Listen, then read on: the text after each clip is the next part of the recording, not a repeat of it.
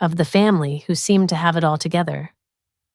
It was a snarky little thing, something about participation trophies and how they don't count in real life.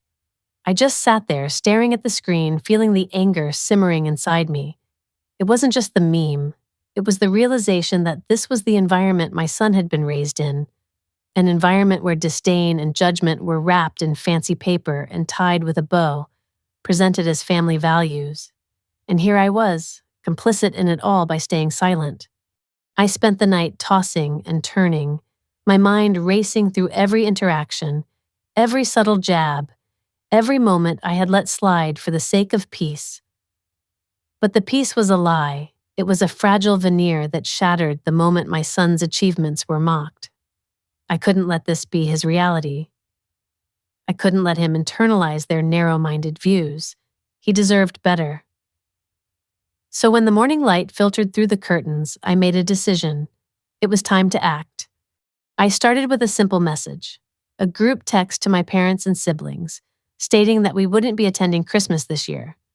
I kept it short and to the point, no explanations, no apologies. Just a clear boundary. The responses were immediate. My phone buzzed relentlessly with a mix of confusion and anger. My mother called, her voice dripping with a mix of disbelief and condescension. "What are you talking about?" she demanded. But I stayed firm. I wasn't going to let them twist my words or manipulate the situation. The next few days were a blur of phone calls and messages. My father, in his usual blustery manner, tried to guilt me into changing my mind. He talked about family traditions and how I was overreacting. But I knew better.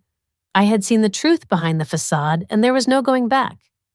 My siblings chimed in too, each with their own version of why I needed to let it go, to keep the peace for the sake of family unity.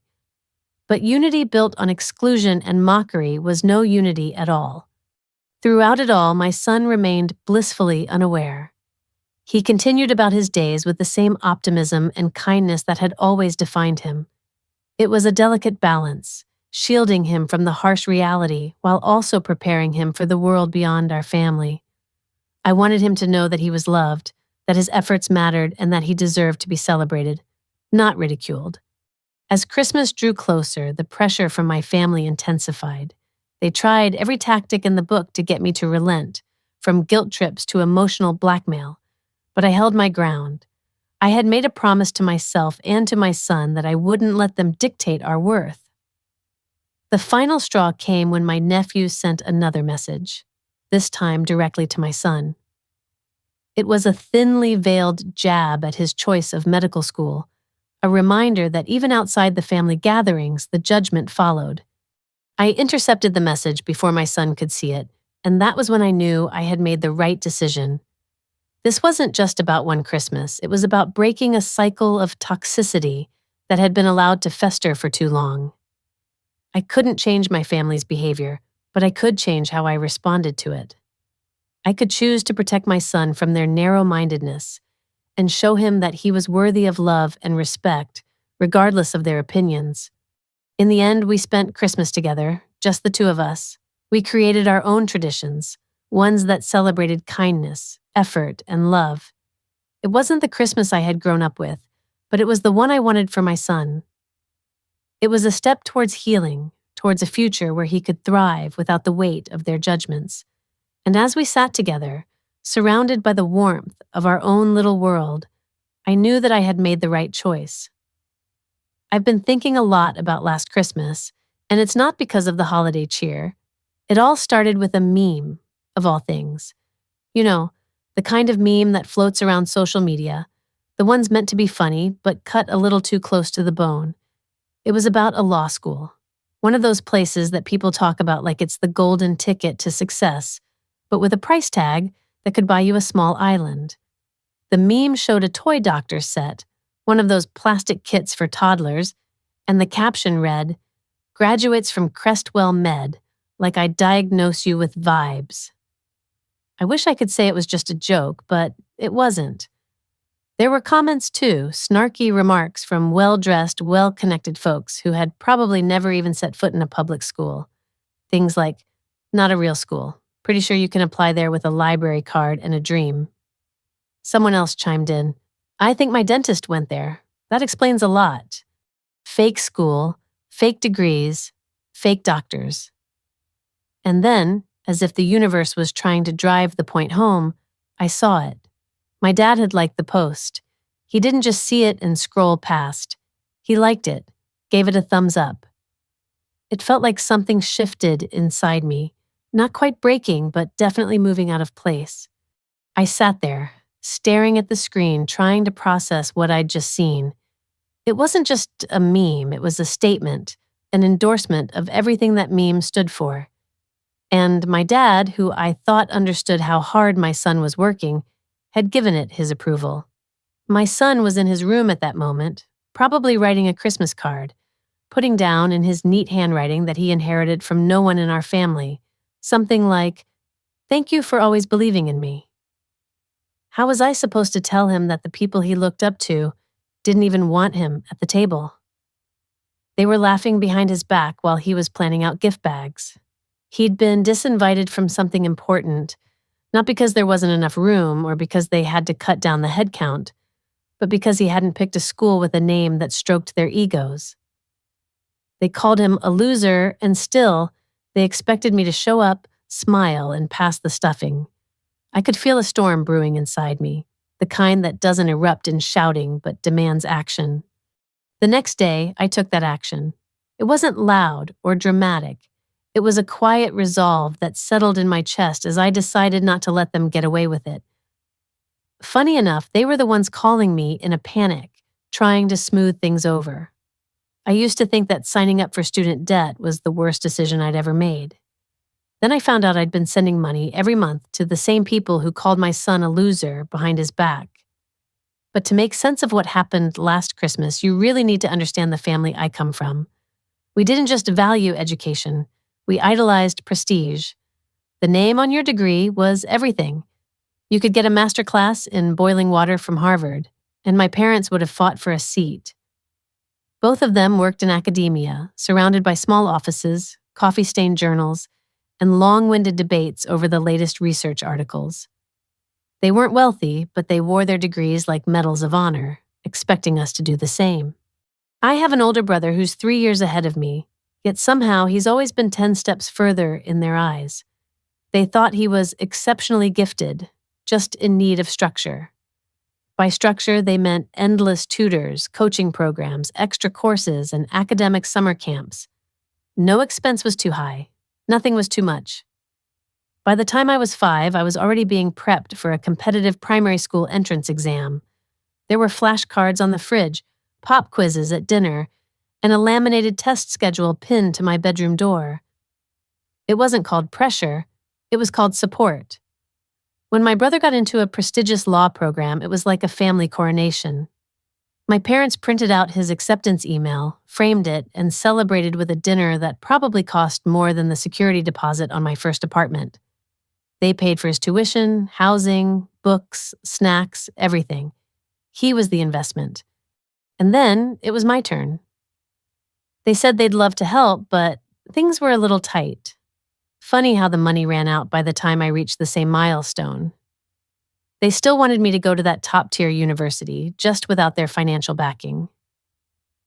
"We'll help you apply for scholarships," my dad offered. "Loans are totally normal," my mom added, "and once you graduate, it'll all be worth it." So I went. I took the loans, studied hard, did everything right, and graduated with a shiny diploma and over $100,000 in debt. No one ever asked if it was worth it. I'm in my early 40s now, and life has been a series of financial balancing acts for as long as I can remember. I secured a decent job, one that pays the bills, but the weight of my student debt is a constant companion. It's like carrying an invisible burden that never quite leaves, forcing me to live paycheck to paycheck. I budget hard, skipping little luxuries, and smiling through it all, even though there's a part of me that yearns for some relief. When my parents retired, they shared with me that they were struggling financially. They hadn't saved enough, they said, and I believed them. In academia, they added, "It's tough to save," and I took their words at face value because I wanted to be a good daughter. So I began sending them money, a little at first, just to cover groceries, electricity, the minor things. But soon it became a regular commitment. I cut back in my own life, postponing vacations and home repairs, convinced that this was what a good daughter should do. It never crossed my mind back then that they might be using the money for something else. We'll revisit this later, but for now, let's talk about my son. Raising my son, I made a conscious decision never to sell him the dream that college was only worthwhile if it came with a prestigious name. I advised him to choose a path he could afford and live with, hoping to spare him the financial struggles I faced. He listened. He watched me juggle finances and noticed the change in my voice when I checked my bank balance. He never said much, but I knew he was observing. So when it was time for him to decide on college, he chose quietly and wisely. He got accepted into a prestigious university, the kind that would have thrilled my parents, but he kept it to himself. He didn't want their input or the pressure that would follow. Instead, he chose a local medical school, not a top-tier one, but reputable enough. He secured a partial scholarship and could live at home, avoiding loans. I was proud, not only of his acceptance, but of the wisdom in his choice. He chose peace over prestige. To my parents, however, his decision was a disappointment. They couldn't see beyond the rankings and couldn't hear the logic behind his choice due to their own egos. It shouldn't have surprised me, considering how they treated my brother's son, just a year older than mine. My nephew was following in his father's footsteps, attending law school at a big-name institution. His education is fully funded by his parents, private school, test prep, tuition, the whole package. He's arrogant and unpleasant, yet to my parents, he's the golden grandchild. They boast about him online with long captions and updates calling him the next great mind. In contrast, my son barely gets a mention, maybe a throwaway line if I bring him up first. Every year, my parents host Christmas dinner, a gathering of family and old friends who have become like family. It's a tradition, and over the years, my son and I have grown close to many of them. These weren't just guests. They were our people. My son grew up with them, calling them aunt and uncle. They came to his concerts and sent birthday cards. He felt known and loved. So when my mother called to say there wasn't room for him at Christmas this year, it felt like more than just a logistical issue. It felt like rejection. And when I overheard my father calling him a loser in the background, it felt like betrayal. I used to think the biggest mistake I ever made was going into debt for a diploma. But now, I wonder if it was believing all these years that my parents could change. That night, I didn't get much sleep. It wasn't sadness or anger keeping me awake. I'd moved past those feelings hours earlier. What I felt was something colder, more precise, like glass beneath my feet. I'd spent years walking that tightrope between compliance and dignity, but this pushed me off. Meanwhile, my son was in the living room, studying during his first winter break from med school. He was reviewing anatomy like it was the most fascinating show. I stood in the doorway, filled with thoughts of what truly mattered. How do you even start to explain to your child that the very people who are supposed to love him think he's not good enough, that he's not welcome, not because of anything he did, but because he didn't meet some ridiculous expectations they set for him? It's a conversation no parent wants to have, but there I was, sitting across from him, trying to find the right words. I needed to talk to him about Christmas. He looked up at me, pen in hand, waiting. I told him everything about the phone call, the laughter in the background, the harsh words that cut deeper than any insult. It was like they were mocking him, turning him into some kind of joke. He just sat there, absorbing it all. When I was done, he didn't cry or shout. He closed his textbook, stood up, and walked to his room. The sound of the door closing was like a final note, a period at the end of a painful sentence. And then came the silence. No reassurances, no dismissive, "it's okay," just a heavy, aching silence. That silence hurt more than any argument ever could. I stayed there for a while, letting myself feel the weight of it all before I finally reached for my laptop. A few weeks earlier, my mom had sent out a group email about Christmas dinner, asking everyone to confirm their dietary restrictions. There were 18 names on that list, people I'd considered family, real family, not just by blood. These were the people who'd been there through the years, who sent my son books when he was little and those $10 Starbucks gift cards for his birthdays. They weren't just my parents' friends, they were our friends. So I picked up the phone. I didn't have a speech prepared or some grand plan to change their minds. I just called each of them, one by one. "We won't be coming this year," I'd say. They uninvited my son. I'd let them know that there were already 18 confirmed guests, and it was clear who they thought didn't belong. Some were shocked, others just silent. And then there was always that pause, that moment when they realized they had to make a choice. And most of them did choose. They chose us. By Christmas Eve, 13 out of the 18 had reached out to us. They let me know they'd be there, that they didn't agree with what was happening, that my son was family to them. Some apologized, some didn't, but it wasn't about seeking apologies. I just wanted honesty. Even my brother's wife sent me a text saying she didn't know what had been said and that she was sorry. She wanted to come to our place instead and asked me not to tell her husband, Mark. Neither Mark nor his son had been invited either. I kept telling myself this wasn't about getting back at anyone. It was about fairness. Christmas morning came, and I was up early. Not because of excitement or joy, but because hosting a Christmas dinner out of spite requires a surprising amount of preparation. I spent the day cooking, folding napkins, and trying to channel all my emotions into making this meal perfect.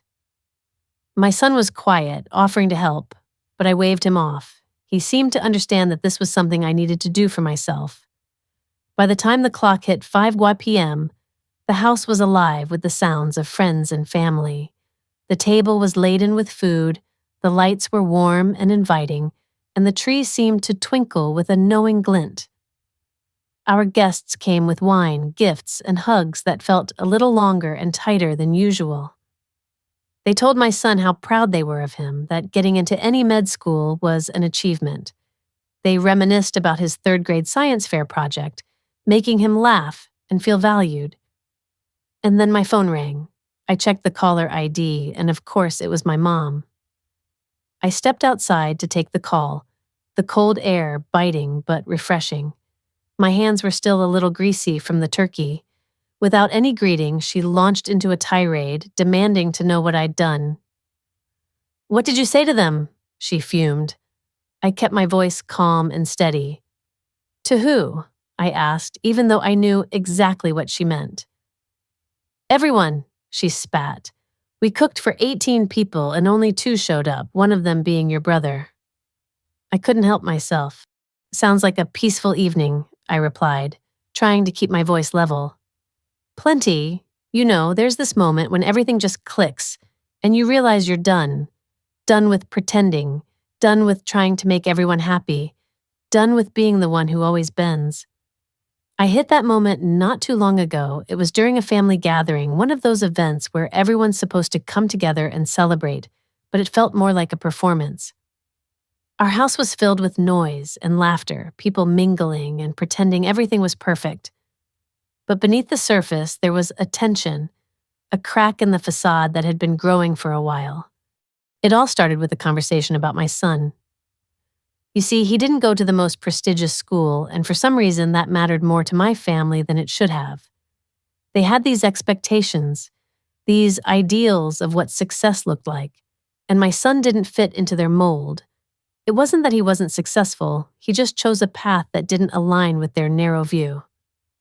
They uninvited him from family events, masked it with excuses about space and the logistics, but I saw through it. I knew what they really meant. And that night, standing in the middle of it all, I finally spoke up. Not in anger, but with a calm resolve that had been building inside me for years. The evening continued, the guests eventually left, and I found myself in the quiet of my kitchen, scrubbing the remnants of dinner off the stove. It wasn't the same silence I used to dread. This was different. It was the silence of change, of something shifting within me. My son was upstairs, and I could hear him moving around, probably trying to process everything in his own way. He'd put on a brave face, but I knew he was hurt. I could feel it, and I realized I couldn't let this continue. I couldn't keep enabling their behavior, so I made a decision. I pulled out my phone, opened my banking app, and canceled the monthly transfer I'd been sending to my parents. It was money I thought was helping, supporting them in their retirement. But if they could afford to treat my son this way, they didn't need my help. Not financially, not emotionally. It was a small act, but it felt monumental. A step towards reclaiming my own sense of self-worth and standing up for my son. Days went by, and I tried to focus on other things, but then my mom posted something in our family group chat. It was a picture of their dinner table, mostly empty, with a caption dripping in passive aggression.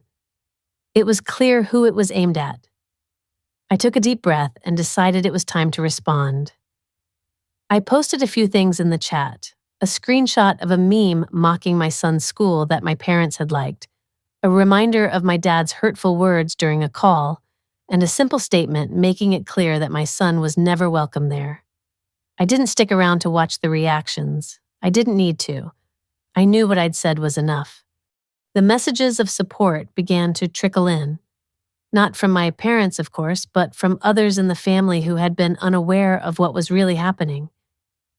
It was comforting to know that some people understood, even if they hadn't been vocal before. It was a validation that I wasn't alone in this.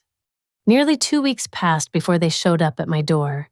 No warning, no apology, just a knock on a quiet Wednesday afternoon.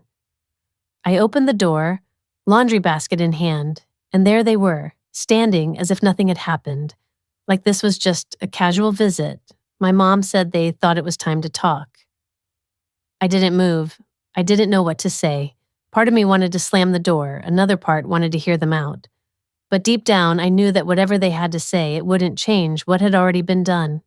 I remember that day clearly. My dad's words still echo in my mind. Clear the air. But it wasn't about clarity. It was about control. He sat there looking at me with that same look of disappointment he always wore, as if I was the one tearing the family apart. There was no apology, no hint of regret, just the same old projection. "We've always supported you," he said, as if that justified everything. I felt a wave of frustration, but kept my composure. I set the laundry basket down and looked straight at them. It was about my son, excluded from a family holiday, and they laughed about it. My mom's flinch told me they hadn't expected me to call them out. She tried to justify it, saying they didn't mean it that way. But intentions don't erase the hurt. They let others join in too. When she said they didn't think it would be taken so seriously, I told her she shouldn't have said it at all. She opened her mouth again, but I stepped back, closed the door, not in anger, just done with it. I didn't cry or shake. I felt a strange calmness, free of guilt. 3 days passed, and there was a knock on the door. I was expecting a delivery, but it was my nephew. He stood there, trying to look humble in his expensive coat. He wanted to talk. I leaned against the doorframe, asking what it was about. He looked sheepish, admitting things got out of hand. He didn't mean for it to escalate, but mocking his cousin's education and calling him a fake doctor wasn't just a joke. I crossed my arms, challenging him. If it was all so obvious, why stand here now? That's when everything clicked. He admitted they were helping him financially, implying my support was going to him. The realization was a blow, but I remained steady. The money I thought was helping my family was actually inflating his ego. He muttered he never asked for it, but he had no problem using it. I didn't want my son involved in this mess, so I told my nephew to leave and not come back. He might have had more to say, but I closed the door before he could. No drama, just closure. For the first time in a long time, the silence felt peaceful. Years have passed since that confrontation. We've cut ties with my parents, my brother, and unsurprisingly, my nephew. My son is thriving, still in med school, and doing exceptionally well. He's applying for internships and already has interviews lined up. He's grounded, focused, and he'll become an incredible doctor without a mountain of student debt. I heard through the grapevine that my nephew dropped out of his prestigious law program. He didn't even graduate, leaving behind a trail of wasted tuition. Something about disciplinary issues, drinking, insulting teammates. Now he's trying to scrape by at a local college, far from where my son studies. Even in his desperation, he wouldn't dare cross that line. The school he's at now isn't as highly ranked. I don't know what broke him, and frankly, it doesn't matter. But sometimes I wonder if I was too harsh that Christmas, if excluding them was over the line. Or maybe it was just right. Let me know what you think in the comments below. And if you haven't already, subscribe and hit the bell for more.